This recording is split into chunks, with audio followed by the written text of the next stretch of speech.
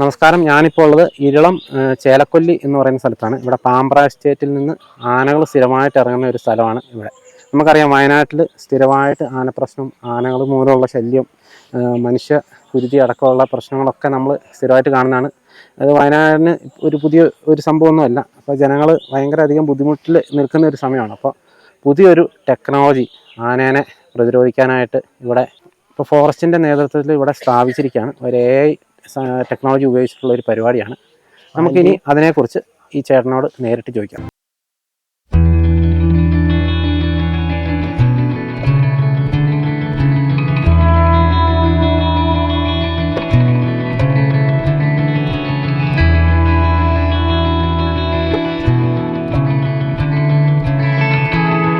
ടെക്നോളജിയാണ്. Minister വന്ന് ഉദ്ഘാടനം ഉദ്ഘാടനം നോക്കാൻ വേണ്ടി വന്നിരുന്നു.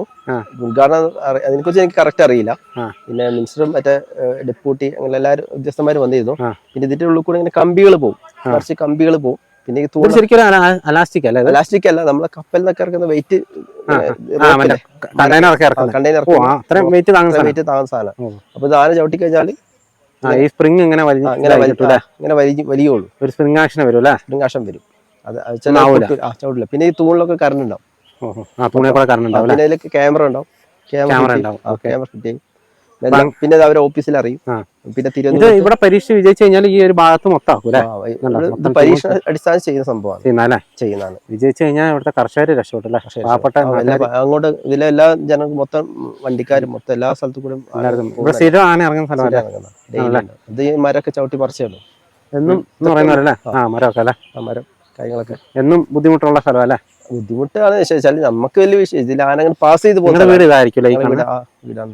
അപ്പൊ നിങ്ങൾ എല്ലാ ദിവസവും ഇവിടെ ആന വരും. ഞങ്ങൾക്ക് വലിയ പ്രശ്നങ്ങളില്ല. പക്ഷെ ഇത് ആന റോട്ടിൽ കൂടെ ഒക്കെ പോകും. അത് പാസ് ചെയ്ത് വഴി പോകുന്ന വണ്ടിക്കാർക്കും വീട്ടുകാർക്കും നാട്ടുകാർക്കും ഒക്കെ പ്രശ്നം നല്ല വിഷയമാണ്.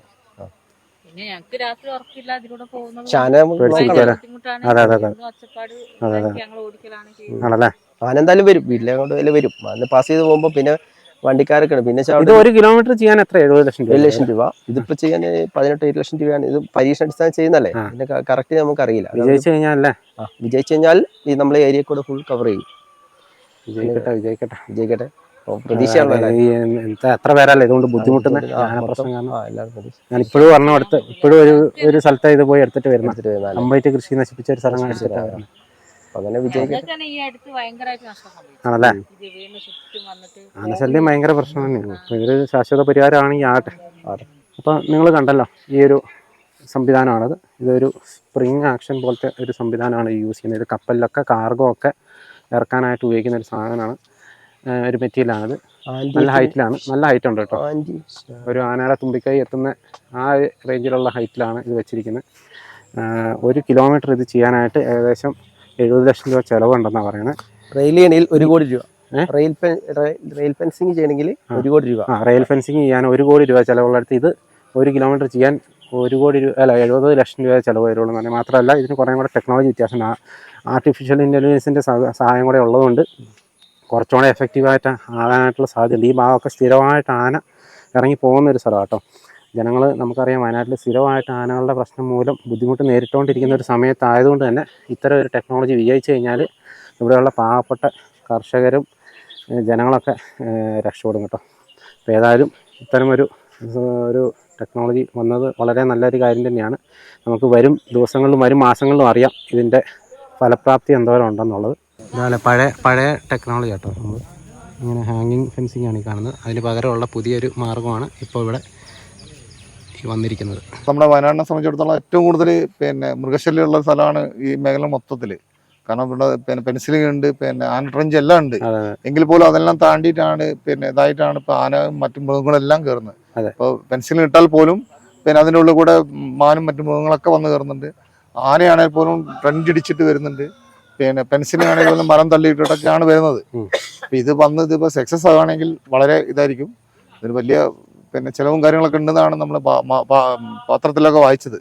എന്ത് വന്നാലും ഇപ്പം നിലവിൽ ചിലവാക്കുന്ന പൈസ വർഷം ചിലവാക്കുന്നതിനേക്കാളും കൂടുതൽ ഇത് നല്ല രീതിയിൽ വരികയാണെങ്കിൽ ഏറ്റവും നല്ലതായിരിക്കും. സർക്കാരിൻ്റെ ഏറ്റവും വലിയൊരു ഇതായിരിക്കും. കേരളത്തിലെ ആദ്യത്തെ ഒരു പരിപാടിയാണിത്.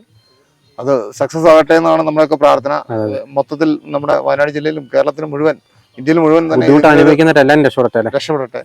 കാരണം ഒരു കൃഷി ചെയ്യാൻ നമുക്ക് സാഹചര്യം ഇല്ലാത്തൊരു അവസ്ഥയിലാണ് എല്ലാ മൃഗങ്ങളെ കൊണ്ടും. എല്ലാവരും കൃഷി നിർത്തിയ ഈ ഒരു സംവിധാനത്തിലാണെങ്കിൽ പന്നിയും മറ്റു മൃഗങ്ങളൊന്നും വരില്ല. ഒന്നും കൂടി അടി താത്തിയിട്ട് കഴിഞ്ഞാൽ മറ്റേതൊന്നുമില്ല, നമുക്ക് കൃഷി ചെയ്യാൻ പണ്ടത്തെ അതേ കൃഷി രീതിയിലേക്ക് പോവാം. ഇപ്പൊ നമ്മൾ പല സംസ്ഥാനങ്ങളിലാണ് അരിയും ഇതൊക്കെ കൊണ്ടുവരുന്നത്.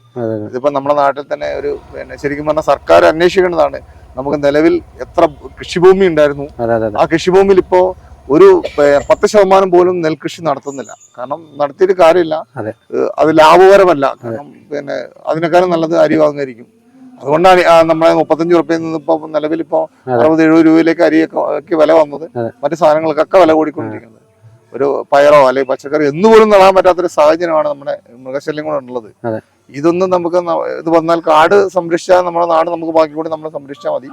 അപ്പൊ അതിൻ്റെതായ ഒരു ഇതുണ്ടാവും. നമുക്ക് എല്ലാവർക്കും സക്സസ് ആകട്ടെ എന്നുള്ള പ്രാർത്ഥനയാണ് നമുക്കും ഉള്ളത്. മാത്രമല്ല മെയിൻറ്റെയിൻ ചെയ്ത് കൊണ്ടോട്ടെ. മെയിൻറ്റെയിൻ ചെയ്യണം. മെയിൻറ്റെയിൻസ് ആണ് ഇല്ലാണ്ട് പോകുന്നത് പലപ്പോഴും. ഇത് ഏത് സംഭവമാണെങ്കിലും നമ്മളിത് ആദ്യം സ്റ്റാർട്ടിങ്ങിൽ നന്നാക്കി എടുക്കും. അത് കഴിഞ്ഞിട്ട് അതിന്റെ ഫണ്ടും കാര്യങ്ങളെല്ലാം തീർന്നു കഴിഞ്ഞാൽ അല്ലെങ്കിൽ അത് പിന്നീട് അത് ഒരു കാരണവശാലും ഇപ്പൊ നമുക്ക് ഇപ്പൊ ജലനിധിന്റെ അല്ലെങ്കിൽ പൈപ്പുകളാണെങ്കിലും റോഡ് മുഴുവൻ കുഴിയെടുത്തിട്ട് ഒരു കുഴിയെടുത്താൽ 20 പൈപ്പിന്റെ എടുത്തിട്ടുണ്ട് ഇപ്പൊ ഓരോ മെയിൻ സിറ്റികളുടെ അല്ലെങ്കിൽ മെയിൻ റോഡുകളിലൊക്കെ. ഒരു പദ്ധതി കഴിഞ്ഞാൽ അടുത്ത പദ്ധതി അത് ബെൻഡിങ് ആയി കിടക്കുക. ആ ഒരു 10 വർഷത്തിനിടയ്ക്ക് അത് കമ്മീഷൻ ചെയ്യില്ല. അല്ലെങ്കിൽ അത് കമ്മീഷൻ ചെയ്തിട്ടുണ്ടാവും, നമ്മളെ അറിവിൽ എവിടെയും ഡിസ്ട്രിബ്യൂട്ട് അല്ലെങ്കിൽ വെള്ളം കിട്ടിയിട്ടുണ്ടാവില്ല. അടുത്ത ബോർഡിനും 10 വർഷത്തിനുള്ള ഒരു പദ്ധതി വരും. ആ പദ്ധതി ഇതേപോലെ തന്നെയാണ്. വർഷം ഇങ്ങനെ പുതിയ പദ്ധതികൾ അല്ലെങ്കിൽ 10 വർഷത്തിനിടയ്ക്ക് ഒരു പദ്ധതികൾ കൊണ്ടുവരും.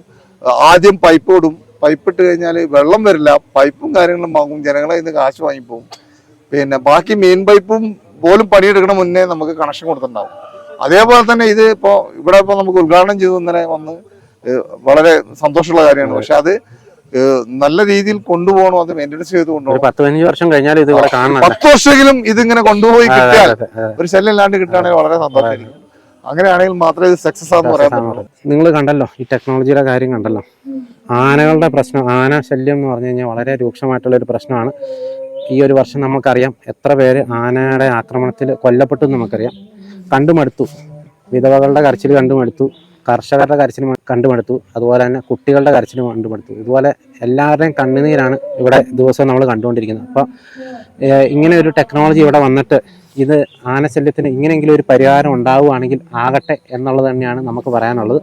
ഏതായാലും ഞാനിപ്പോൾ സംസാരിക്കുന്നത് പാമ്പ്ര എസ്റ്റേറ്റിൻ്റെ ചേലക്കൊല്ലി എന്ന് പറയുന്ന സ്ഥലത്ത് നിന്നാണ്. ഇവിടെ പുതിയൊരു ആർട്ടിഫിഷ്യൽ ഇൻ്റലിജൻസ് സംവിധാനം ഇവിടെ ഒരുക്കിയിരിക്കുകയാണ്. അപ്പോൾ ഏതായാലും ഈ ഒരു സിസ്റ്റം ഫലപ്രാപ്തിയിൽ വരട്ടെ എന്ന് ആശംസിക്കുന്നു.